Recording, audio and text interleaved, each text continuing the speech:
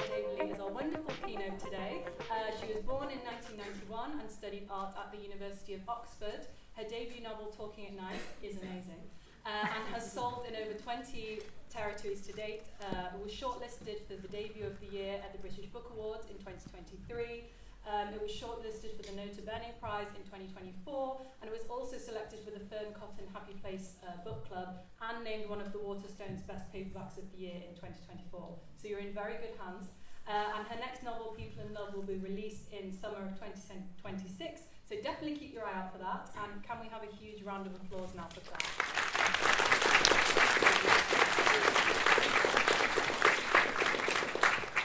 Thank you so much. Can you hear me okay? Yeah, perfect. Well, hello, writers. It is so lovely to be here this morning talking to you. Such an honour to be asked, and to be frank, pretty terrifying. I'm a writer, not a speaker, albeit I have always loved watching writers speak. So when I was asked, I couldn't say no. If a single thing I have to say can help you on your writing journey, the way so many events like this have helped me over the years, then it'll be worth it standing up here instead of hiding behind a Word document, which is where I can usually be found. I've also been given a really fancy clicker, which is quite exciting. So first, hi, hello. Let me introduce myself. My name is Claire Daverley, like Dave, the man's name, the TV channel, the dog in my novel. I am 34 years old. I grew up and spent most of my life in Hertfordshire, commuting into London, where I worked in digital marketing for 8 years, but now I am a full-time writer, living on the west coast of Scotland. I have a spaniel. I have a husband who cooks. I do not cook. I cannot cook. I drink tea, but not coffee. I am a morning person. I love reading and hiking and wild swimming and pancakes. I like running, except for when I hate it. A bit like writing, it's a journey.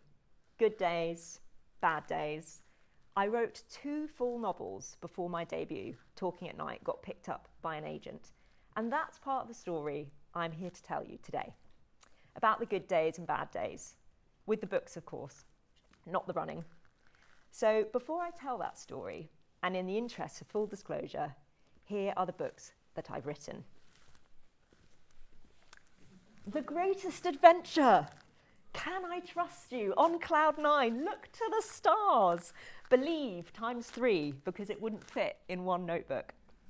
I was a young artist, not appreciated in my time, I think it's fair to say, back then. Not even my parents read my books. Shocking.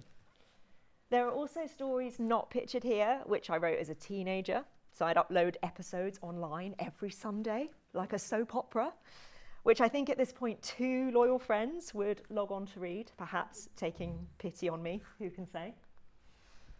A few years later, I wrote an entire novel on a giant scroll of paper while studying art at university. All my work was about the written word, about the crossover of prose with visual art. I made light installations out of language. I gave spoken word performances. I wrote fiction that paraded as contemporary art when I knew my heart was really in novel writing. But then I left university and got down to official novel writing. Both of these books got written but were never published. The first one, These Bright Lights, taught me how not to write a novel. It was long, meandering, an experiment really that remains rightly in a drawer.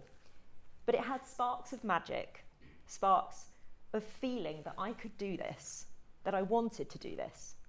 So more on that later. The second one, The Edge of Things, taught me how to write a novel properly. I started it after a particularly tough rejection for the one before, and used the opening to land a place at the Faber Academy. I worked on it throughout their Write a Novel course and finished it soon afterwards, so more on that later as well. Finally, and third time lucky, came Talking at Night, the novel that landed me an agent and a book deal and saw me, after years of rejections and failed projects, making it as a published writer. The book that means I'm here talking to you. For those who might not have read it, it's a dark, realist, slow burn of a love story that explores grief, mental health, and the human heart. My new novel, People in Love, is out next summer. It's also contemporary fiction, also about relationships, and also published by Penguin Random House. It'll be released in June and toys with the idea of paths not taken in life and asks questions about regret, buried emotions, and the past catching up with us. But now you know a bit about me and my books, I'm going to spend the rest of our time this morning talking about you and yours. Or at least telling you things that will hopefully help you as fellow writers sitting in these chairs, because I have been that person sitting in that chair. Well, not these chairs specifically, but I have been the writer attending workshops, studying the craft, soaking up all the advice I could. And as I've mentioned, I've gleaned so much from every author I've ever heard speaking about this mad, magical roller coaster ride that is not just the journey to publication, but the journey of being a writer, full stop, which we are all on in this room. If you're here today, you are on that road. So let's continue on it together this morning. I'm going to track my journey to publication and beyond with 5 key learnings that I hope will light some sort of fire in you. Whether it's to keep going, to realise how close you already are, or simply inspire any changes you might want to make on this writerly road of yours. So, what did I learn early on my own writerly journey? Firstly, that I am drawn to stories. Books were my first love as a child, and writing, it soon transpired, was the love of my life. Don't tell my husband or my dog. I remember the first story I ever wrote, which was about my family pet. Before I was old enough to even use punctuation, I can distinctly recall putting a full stop at the end of each line because I didn't know what a sentence was at that point. I was probably about 5 years old, and I remember the rush of joy at writing those few lines. I also remember being a little older and shutting myself in my room and filling up notebooks with short stories for fun, as you've seen. While my brother was playing on his games console or kicking a ball around outside, I was penning stories, making up worlds. I pushed for my writer's badge at Brownies. I got a write a novel kit for Christmas one year. I was always reading, before school, after school, late at night when I should have been sleeping. Because to me, to experience stories as a reader or writer, to conjure characters and situations out of thin air and make it into something that hadn't existed before was extraordinary to me. And I am still, as an adult writer, constantly changing that enchanted feeling I had as a child when creating something out of nothing. And I presume it's where most of us start, where you all started. If you take writing seriously, and seeing as you're here, I'm assuming that you do, you'll likely have a love for storytelling that came long before you thought about it as something you wanted to do for work or for money or for validation. Beyond anything else I have to tell you today, I want you to remember that first inkling of love, that first spark you felt around this whole thing. That's the most important thing to come back to as writers, the fun, the urge, the joy. Because there's a lot of hard stuff on this journey, a lot of rejections and put downs and difficult decisions, and there's got to be a reason why you keep coming back to it, why you choose this over any other art form, over any other paying job or side hustle or passion. Maybe you don't even love writing, maybe you just need to do it. Maybe it's this unexplainable itch or compulsion. I once went to a talk like this by the writer Tessa Hadley, who said, when talking about life, if you need to make sentences out of it, that's strange and mad, but that's what it is. And that's where it started for me. Writing was not really a choice. I loved it, but I also had to do it. Sure, I wanted to see my name on the spine of the book in the library I so loved visiting when I was little. But most of all, I wanted to spend my hours on this earth creating things that gave me that feeling. Sometimes that strange and mad feeling, but also sometimes that euphoria, or often a sense of innate calm, which, if I'm honest, felt like coming home. And home can be messy. You can want a break from it. to get out for a while. You can get jealous of other homes or think others are so much better than yours or wonder why other houses are getting more attention, but still, at the end of the day, you come home because you can't not, because you love it, with all its mess and quirks and upkeep, because it's yours, even on the bad days. So let's talk about those bad days, because every writer has them, and the key is to expect them. It's part of being on this road. Rejection does not mean you are a bad writer or that you will never be published. Nobody in the history of the world would be published if that were true. All of these authors and works were rejected many times. Expect it, don't resist it, and try not to let it dampen that love we just talked about. But how do you do that? I'll give you a few suggestions, starting, of course, with a story. Let's think back to Learning 1, where I'm this little kid who just loves to write stories. I grew into a teenager who kept writing stories, and then a student who wrote stories on reels of paper, and figured she'd follow on from her art degree with a master's in publishing, because she knew she'd need to make some sort of living off her love of words, and publishing seemed like a sensible path to some sort of paying job. So she applied for that master's, which involved asking a tutor for a reference. This tutor was called Brian Catling. He was a sculptor, a performance artist, a poet, and a novelist. He was one of the most imposing and impressive people I've ever met. He was this huge, deep-voiced head of school at the Ruskin School of Art. He had a shock of white hair, and he used to wear this excellent pinstripe suit to all our end-of-year art shows. He wrote The Vore, a critically acclaimed fantasy novel, and he had read scraps of my prose and seen my poetry performances throughout my 3 years as his student. And when I asked him for a reference, he told me I should not be working for a publisher, I should be getting published, which was an extraordinary thing to hear from such an extraordinary man.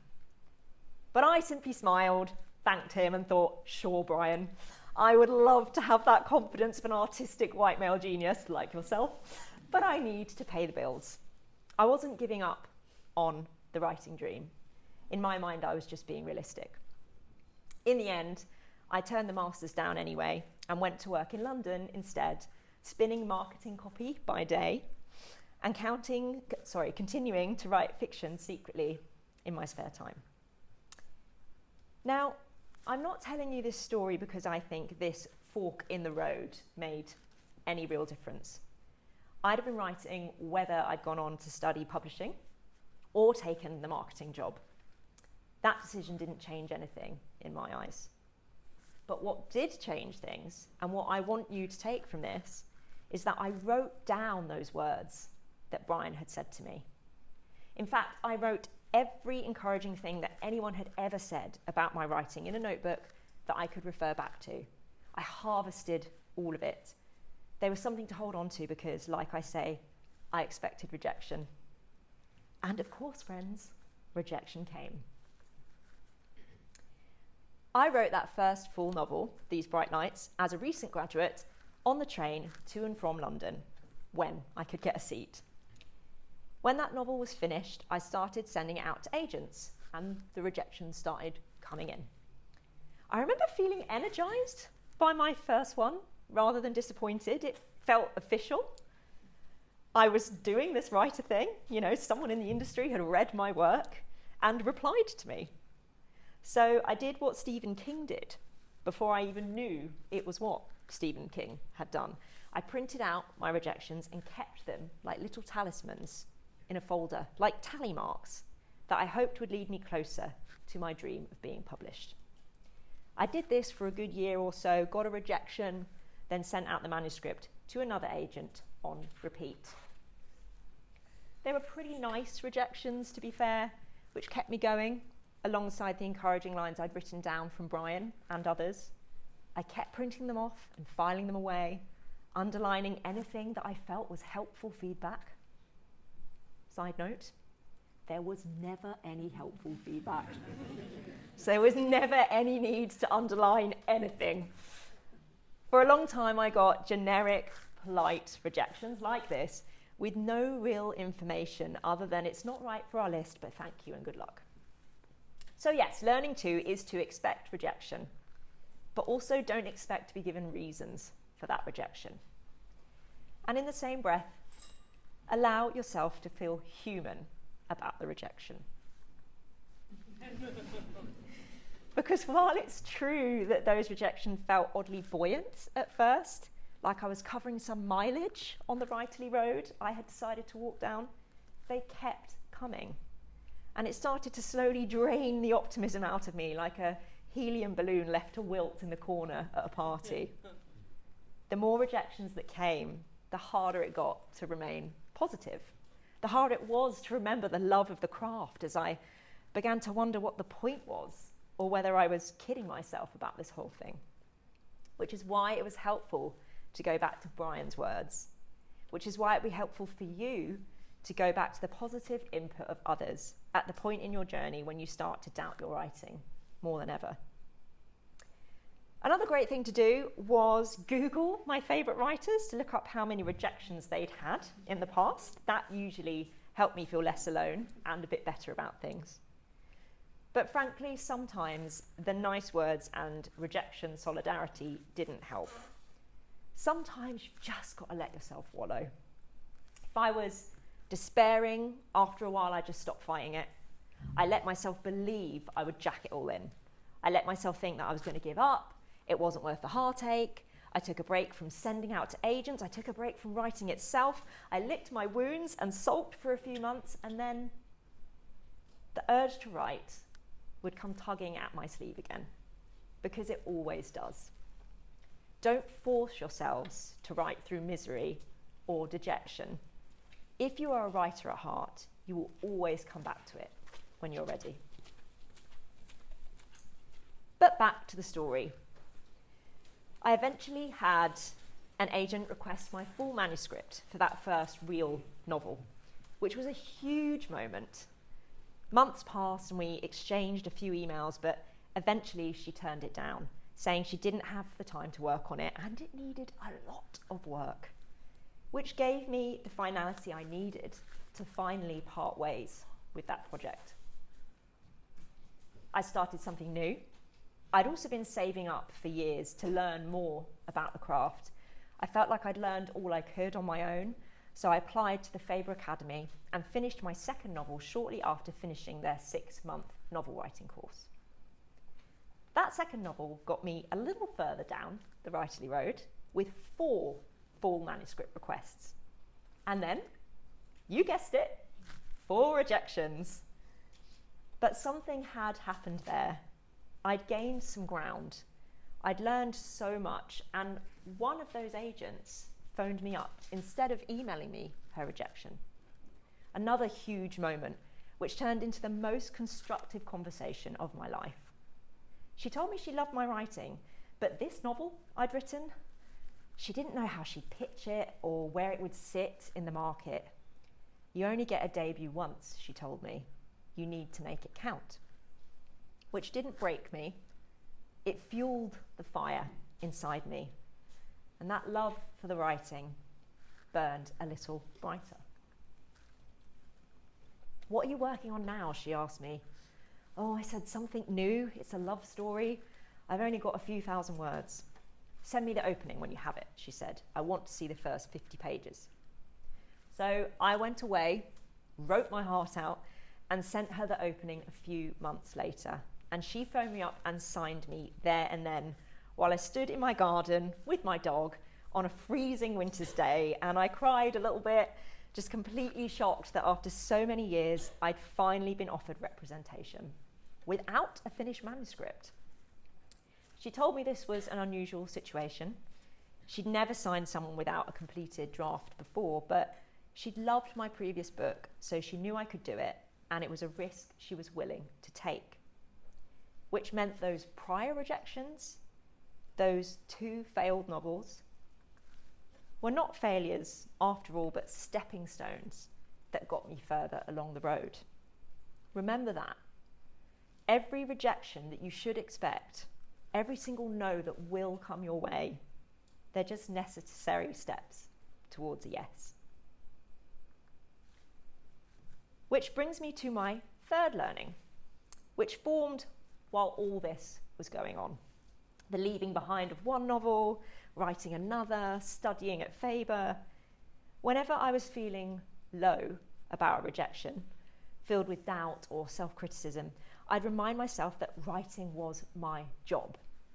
Okay, it wasn't my paid full-time job at the time, but it was the work I wanted to do on this planet. And no matter how dejected or frustrated I was, I have never been afraid of hard work. So I just got back to it, as you can see, on holiday, in my bedroom, at weekends. Through the years of rejection, this framing really helped me to not think of writing as a lifelong dream that felt out of reach, but as a daily practice that required persistence and discipline, that just had to get done, like going to the gym or clocking in your hours. It took the mysticism and unattainable nature out of it for me. My Faber tutor used to say that writing is 80% grit and only 20% talent and luck. And I agree with that. The grit is what really matters. Getting up when you get knocked down, dusting yourself off, getting back to work, not letting up. Being a pain in your own arse, essentially. I used to have very finite ideas about writing, such as if I wasn't published by the age of 30, I'd failed, or I clearly wasn't good enough, which was nonsense, because not only does the world not work like that, not only do many writers achieve different level of success at all ages, but I was already on the writing road. I'd been on it since I was 5 years old, which is not to say you have to have been. Writers start writing at all ages, 5, 15, 50. But I'm guessing all of you here picked up a pen, started a story, have experience with storytelling of some kind before you walked into this room this morning. And so, like you, I was doing the work.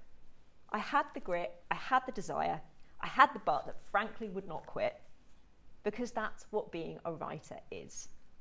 That's the only difference between writers who are published and writers who are not. The published ones are the ones that did not give up and kept on through all the difficult feelings and feedback. This was summarised by something I wrote on a piece of paper after a particularly tough rejection. Quit moaning and get back to work. I still have that line pinned to my wall. It's an Elizabeth Gilbert quote from her creative writing memoir, Big Magic. That book made me realise something I hadn't quite processed before. That if I never got published, I would still be writing till my dying day. It made me realise that publication, while an excellent goal, was not the reason for doing it. It never had been. The real reason for writing was what I'd known all along, which takes us back to learning one, right? That I loved writing in and of itself. When Elizabeth Gilbert reminded me of that, I made a huge mental shift, which I held on to as an unpublished writer and still do now as a published one, which is where the irony comes into our story. Because once I decided that publication mattered less to me, that's, of course, when things started to happen. I landed my agent. I went and finished the love story, which became Talking at Night. We edited it for a couple of months together, and then she phoned me up one Sunday evening and said it was ready, that she was going to send my manuscript out to editors the next day, which she did, and I, as usual, expected rejection. Or at least I expected to wait a long time to hear anything, because I'd attended lots of talks like this and I knew how long you could be waiting for busy editors to respond. And then I reasoned, even if we did get a reply, I'd probably need to redraft or make amends and try again, because I was used to rejection and I was used to getting back to work. And that's what the deal was with this writing thing, right? This time I was wrong. Our fourth learning then is about landing the dream. Getting that elusive book deal. That's me dressed up for the night of my book launch. But before I reveal Learning 4, let's continue with our story, because let's be honest, it is the fun part. Talking at Night had been sent out to editors on the Monday evening. I was at the gym first thing on Tuesday morning ahead of a day of work, music blaring, trying to forget about how we'd hit send the night prior. But when I left the building, I noticed a few missed calls from my agent, and heart pounding, I saw her text, "Call me when you can." So I phoned her as I walked home. She answered saying in all her years of being an agent, she had never experienced a reaction like this to a manuscript. I just started crying in the street. She started crying too. She told me to prepare myself for a preempt. I did not even know what that was at that time. I knew what it was to get an offer from an editor, of course, if you were lucky. And if you were extremely lucky, you might get an offer from more than one editor, which meant you could go to auction and let publishers bid on your book. A preempt, my agent explained, is when a publisher wants to stop your book from going to auction. So they will offer you a one-time only deal that you have limited time to accept. It's so stressful. While we were on that call, our first preempt came in from Penguin Random House. "We're not going to take it," my agent said, "because we have a lot of interest." So that's when she got off the phone to loop in all the interested editors and begin a preempt war. I'm stressed just remembering it. My phone did not stop ringing. My heart did not stop banging. I had to log on to my normal day job with offers flying in from different publishers and my agent confidently turning them all down on my behalf, with my permission, of course. By the next morning, we also had a preempt from Penguin in America and another better preempt from Penguin in the UK. So somehow, in a haze of sleepless euphoria and after a lot of consideration, I took the 2 book deals from both Penguins. Then, with those deals finalised, my international agent jumped in, emailing editors across the world, telling them these Penguin editors had snapped up my novel before auction, which meant deals from other countries started rolling in. Romania, France, Germany, Brazil. In the end, my debut sold in over 20 territories. At one point in this mad haze, I also had an email from my TV agent. I didn't know I had a TV agent. I'd been assigned one overnight because LA Film Scouts had got wind of my book selling internationally. "What are your adaptation priorities?" this agent I had never met asked me, while my brain was melting with overwhelm. My priorities, I wondered, beyond casting Ryan Gosling. I had no priorities.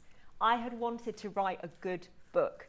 I'd hoped one editor would show interest.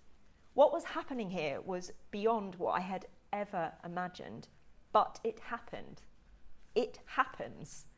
I want you fellow writers to hear that. So I signed the book deals, I sold the TV rights, I left my marketing job after a lot of consideration, started editing the novel with my editors, got invited to panel events at literary festivals, invited onto podcasts, practiced pitching the book to booksellers, and suddenly had to publicly discuss the thing that for my whole life until this point had been a private source of joy.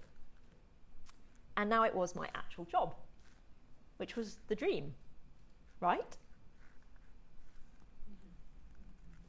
It was enthralling. It was a whirlwind. It was wildly validating to have that investment and that love from so many editors and in time from readers. And I hope it really is empowering to know that as a little kid who just wouldn't quit doing what she loved, I get to be here talking to you as a full-time author today. You know, that it's possible to do that. That dreams come true, books get bought, and rejections can and will turn into many offers from many publishers. Here's the catch though. Here's the learning.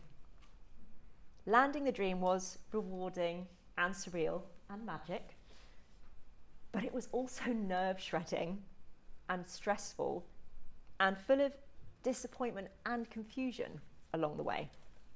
You swap your pre-publication worries about not being good enough and wondering what it's all for post-publication worries about not being good enough and wondering what it's all for. And I do not say that to scare you or to complain about what I believe is still the best job in the world. It's just a fact that published writers don't tend to discuss all that often. And it meant that once again, just as I'd questioned it after reading Big Magic, I questioned whether being published was the golden goose. Because in some ways you could argue that all had changed really was that I was doing the work under a different set of circumstances. In the thick of an industry with a self-employed status, rather than alone in my room as a marketing manager by day, with a team of people expecting certain things and getting involved in the creative process and setting deadlines and discussing my work now in terms of sales and chart positions and prize nominations, which, while shiny and exciting, of course, is all noise that shifts your focus away from the storytelling itself. I have come to believe that it's quite dangerous for authors to place any real value on those things. I learned that it's not fulfilling to do so. It's not the dream to be caught up in all that noise. Because when all the noise quiets down, when another year with another set of debuts rolls round, when the marketing campaign for your book ends, when the initial success dims or even exceeds your expectations in some ways, or maybe falls short in others, what are you left with? Seriously, what are you left with? The writing. Again. Always. So my learning once I got published was that the dream really is writing books, is wanting to write books, even with the stress and the pressure of the industry in the mix. And maybe you won't quite buy that until you're published yourself, which is totally fair, because I'm not sure I'd have believed it either before I'd been published. And please know again, I'm not saying any of this with even a shot of cynicism, just a reasonable dose of reality, which I'd have loved to have been told at some point myself before I reached publication. Trust me when I say that landing a book deal turned out to be, like anything in life, variable, like a wedding, like parenting, like buying a house, like falling in love and then arguing over who takes the bins out.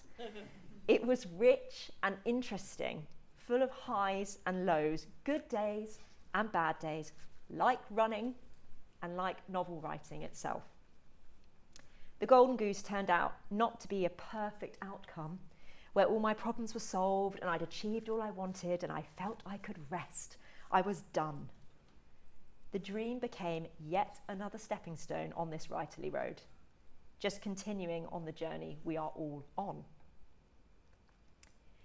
Which brings me full circle to what the dream is and always was, the writing itself, finding the joy in the craft above all else. Which does not mean, as I'm sure you all know already, that it's not without its hard or sticky parts. You can love something and still be annoyed by it, still find it tedious or not be in the mood for it, especially when it becomes a paying job and includes input from publishers and readers and even neighbours on the street. Seriously, this has happened to me. You can love something and still feel vulnerable about it, especially when it involves a new self-consciousness that has been brought to the table, or rather to the writing desk. Just like always, even when you're published, writing is hard. It's a slog. Sometimes I have bad days. It can be tricky or frustrating or thankless. Just like any job, it has its drawbacks, and just like any relationship, you can question why you're in love with it. Other times, though, it's almost euphoric. It flows, it's joyful, just like it was when I was a little girl writing about angels or tomboys or dragons. Those are the good days, and I'm sure you all have them too, else I doubt you'd be sitting here. And just as it is with landing a book deal, I'm sure that every writer here, whether unpublished or published, understands how you can hold both truths at once. That writing is a joy, as well as difficult, or even torturous.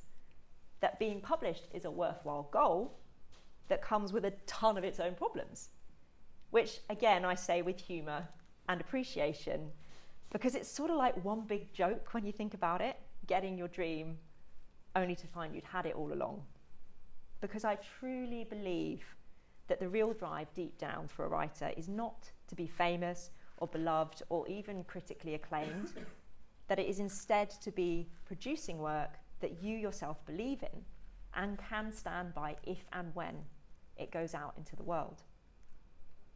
I genuinely mean it when I tell you that the things that have brought me a sustained sense of relief and joy, a sense of having made it, are not the things you might think.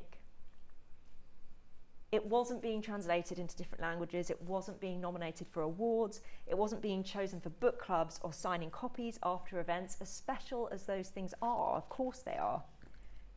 But they were puffs of hot air almost that soon evaporated, which was surprising to me and really interesting. To understand that even in the future, if I'm lucky enough to win an award, to have that TV show made, to sell more copies of another book, they will also, I am certain, feel like little puffs of hot air, wonderful, pleasant puffs of hot air that I'm really grateful for and do not take for granted, but puffs of air all the same. And through that realisation, I have found, and I want fellow writers like you to find, the peace and comfort and freedom in the fact that in light of success, or in the light of more or less or differing success that may or may not come, the best thing about being a writer is still the actual job. The writing is what leaves me feeling good and fulfilled. That's what soothes the storyteller in me. Being published is wonderful, but it also involves being published a lot more than the writing itself. But the writing is why we do this thing, isn't it? Just you alone with an idea.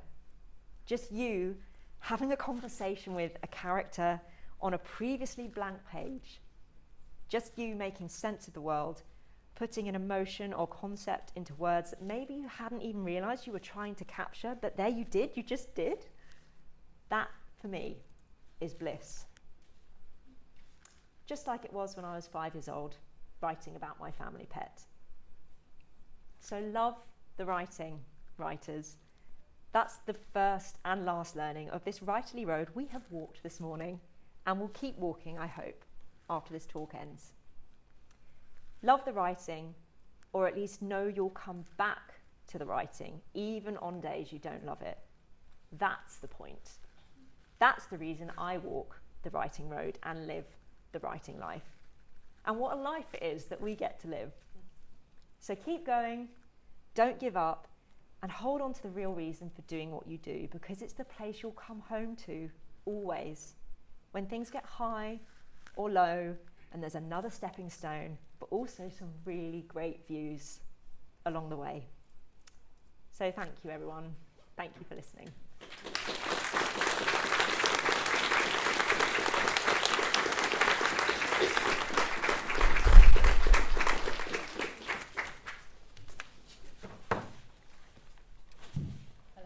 Thank you so much, Claire. That was amazing. We've got a bit of time for some questions, so does anyone have any questions to ask Claire? Don't be shy.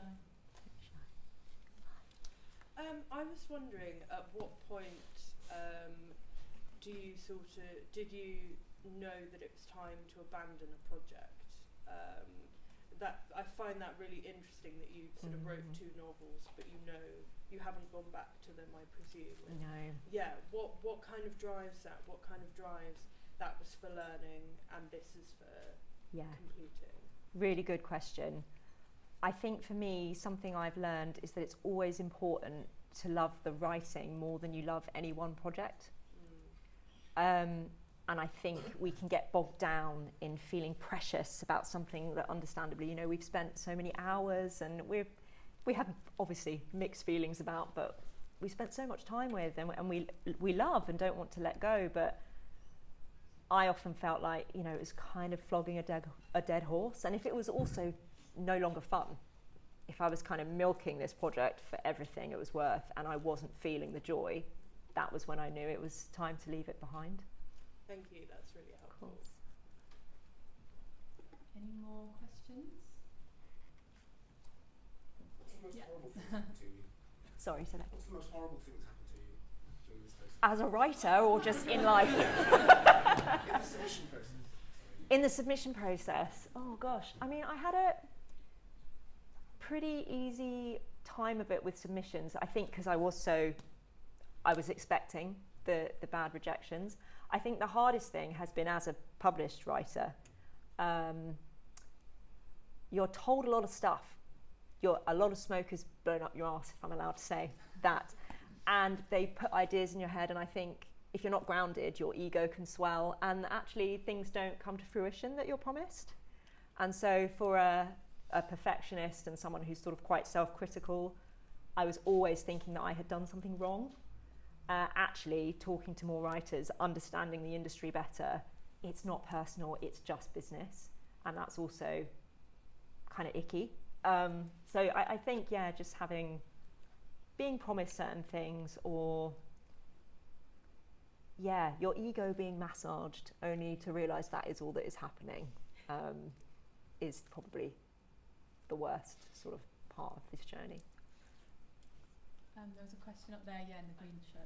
I just wondered if you'd ever considered indie publishing and self-publishing, and what drove you to just keep going for those big publishers? Yeah, I mean, I think I would have. Honestly, there was nothing kind of stopping me considering that. But it was sort of my first punt, I suppose, with this book getting an agent. I think if I hadn't have landed an agent, self-publishing would have been the way forward. But because I did, it was sort of in her hands. And there, I suppose, step one is always to try and get that kind of commercial publishing deal with trade publishers first and foremost. And if that doesn't happen, then obviously there's so many other ways. I've got friends from the Faber Academy who are self-publishing and seeing great success with it. So it wasn't something that I kind of made a choice about. I just was lucky enough to land the agent that landed me the book deal. That meant I then didn't have to consider other options, but I definitely would have had it have come to it. Okay, we'll go here and then we'll go up there. How was your querying process? Where did you get your short list of agents? How did you approach writing your query? Did you follow, what guidance did you follow for your pitch? That sort of. Great question. So I went to lots of talks like this and lots of workshops specifically about querying agents, and they all kind of say the same thing, but very much obviously picturing where your book sits in the market, picturing the books that hopefully you love are sort of akin to what you're writing. And so very simply looking in the acknowledgements of all the novels that I felt my book could sit beside, and going straight to those agents and sending out in batches. So maybe 5 agents at a time until I'd got several rejections, and then I started going sort of one at a time because I was running out of agents that I felt were appropriate. And keep it concise, keep the letter concise. I know lots of writers struggle with kind of beefing themselves up and singing their own praises, but again, it's a business and you have to be able to pull out what is great about your novel, or not even like what is great, but just what it is that I'm presenting you. You don't need, in fact, I would advise against writing long, flowery letters, very, very pithy, why you like that agent, what it is you love that they're doing, so personalise it. And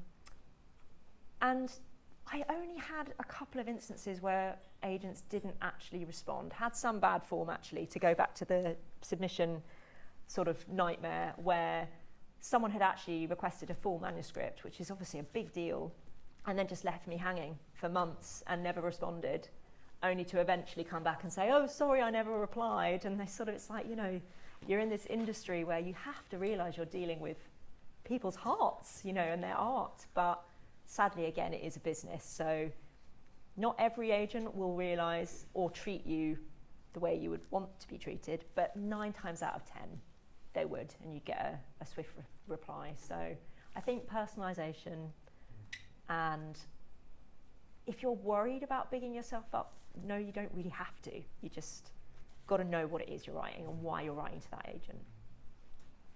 Do you have some questions We've got up some there? right at the back Yeah, on our side as well. Yeah. Should we call out? Sorry, yeah, I can't really see who's got their hand up, but yeah, in the turtleneck. Sort of following on from the question about abandoning projects, would you say that any of the essence of the old projects got transferred into your published book, or did you include any plots or characters or themes or anything like that? Such a good question. Not for my debut, but weirdly, stuff's been creeping back into later projects. Even if it's just like a sentence or a line or a piece of dialogue that I really loved, that I was really sad I didn't get to use, that's sort of suddenly come full circle and has found its real home. And when I say abandon projects, I keep everything. Even when I write, I'm quite a ruthless editor, I would say. I cut lots of stuff, but I always keep it in another document. I never throw it away entirely, just to know that it's there if I need it. So yeah, I'm a big believer in the stuff that you write is never wasted, obviously, all stepping stones, but at the same time, if it's meant to be out in the world, it will find its way into the right project. And there was a question behind as well. It was actually the same. Oh, the same question. Okay, perfect. Great. Yeah, here. You've told us this morning to love the writing, which makes a great deal of sense to me. Yeah. Seems to be a question I'd like some advice on. We need to love what we write. That's a subjective feeling. Whatever I'm writing, I need to be engaged with. Absolutely. And yet simultaneously I'm walking the edge of the razor because I need to be objective about this. I need to listen to what I'm being told. I need to listen to the feedback. Do you have any advice as to how you walk that edge? Yeah, it took me a while to learn that, especially at Faber when I had sort of a peer group of writers where you're getting lots of feedback. I think there is a gut feeling about what feedback feels right and what doesn't. If stuff's coming up frequently, from whether it's from agents or from peers who are reading your work, you have to pay attention to that. What is not landing for my readers here? But if there are certain things that you're being told or suggestions that are being made that don't quite sit with you, you have to trust that, because at the end of the day, I saw a meme once which was so apt. It was if as writers you try to please everybody and do everything that you're told, even by your immediate team, your editor and your agent have different opinions, and you end up with this horrendous dog's dinner that nobody is actually going to want to eat. So I think your taste matters most. And of course you have to be mindful of certain things if you want to just get yourself over that line and get the agent or get the deal, but really trust that your voice and what it is that you want to write, which is influenced by what you're reading, and that has to come first.